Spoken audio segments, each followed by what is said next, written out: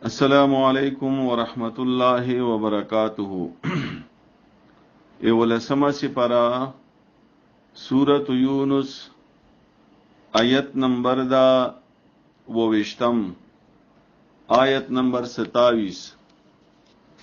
اعوذ باللہ من الشیطان الرجیم بسم اللہ الرحمن الرحیم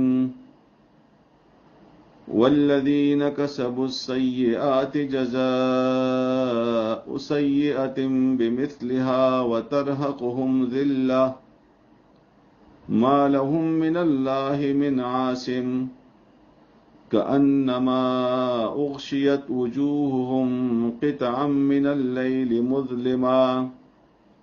أولئك أصحاب النار هم فيها خالدون. د ماډیر عزتمند اوریدونکو د نمخ کی سبق کی الله رب العزت د جهنميانو باره د جنتیانو باره کی خبر وکړه چې کوم نیک عملی خلق دي هغه د پاره به اجر وي او همیشه په جنت کې وي او بلدا چې دا غوي مخونه چې دي دا بخولي وي دا به چمک کوي او هغه د پاره به حساب اجر وي. اوس الله رب العزت هغه خلکو باره کی خبره فرمایي چې کوم خلک غلط کارونه کوي گناهونه کوي کفر کوي شرک کوي نو الله فرمایي والذین او هغه کسان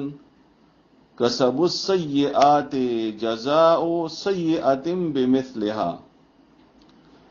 او هغه کسان چې هغه کوي گناهونه سیئات کوي سیئات نه مراد کفر اور شرک دا نو د هغه بدلا به هم بدوي لکه څنګه بد عمل کوي نو جزا به هم هغه د لپاره بد ملويږي بمثلها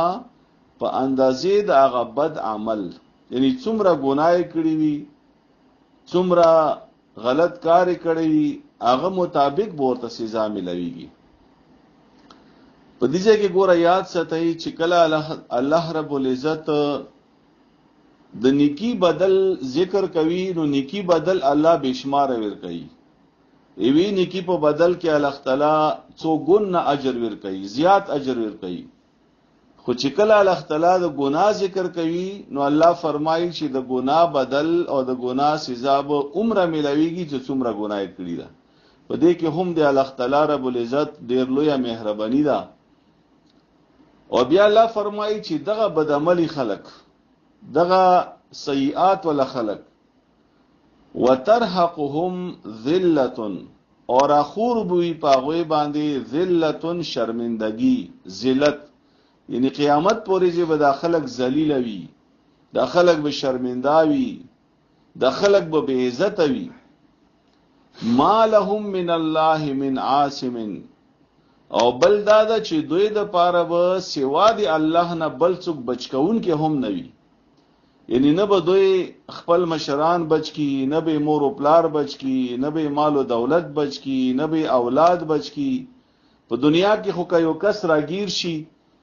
نو بیا غا منډه ترډه کوي چې ز بچ شم دی تکلیف نه راوزم نو کله چا پسې منډه کوي کله چا سره خبره کوي کله چا سره خبره کوي. خو قیامت پورې چې الله فرمایي چې یو کس چې هغه ګناهګار ده هغه کافر ده هغه مشرک ده او هغه د الله په دربار کې مجرم ثابت شولو بس الله نه علاوه دغه کس به بل څوک نشي بچ کولای. او بیا الله فرمایي کأنما اغشیت وجوههم قطعا من الليل مظلما او داسې بوي لکه چې را خورشي وي دا غوی په مخونو باندې ایوا ټوټا د شپې نه مظلمن تورا مطلب د دې دا چې د دوی مخونه به تور وي. ګور نه کملی خلکو باره کې الله فرمایلی وکنا چې د دوی مخونه به چمک کوي دوی مخونه به روخانه وي د دوی مخونه به سپین وي د دوی مخونه به زلیږي او دغه خلکو باره کې الله فرمایي چې د دوی مخونه به داسي وي چې تک تور وي نو الله فرمایلو چې د دوی په مخونو باندې به د شپې د تیارې نه یو ټوټه برا خوروي، مطلب مخونه به تک تور وي.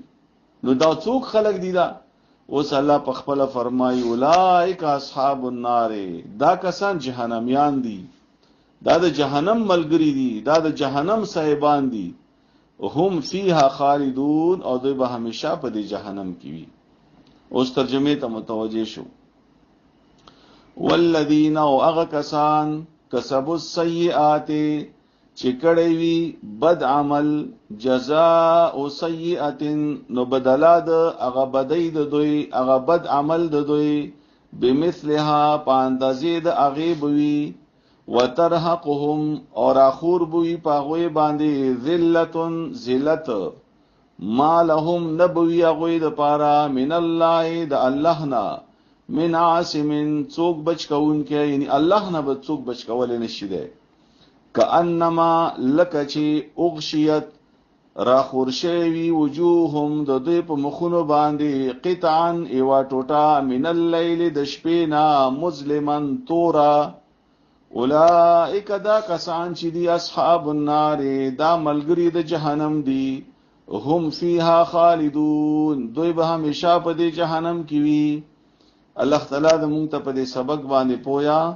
او الله تعالی د په دې باندې عمل کولو توفیق راکړي. واخر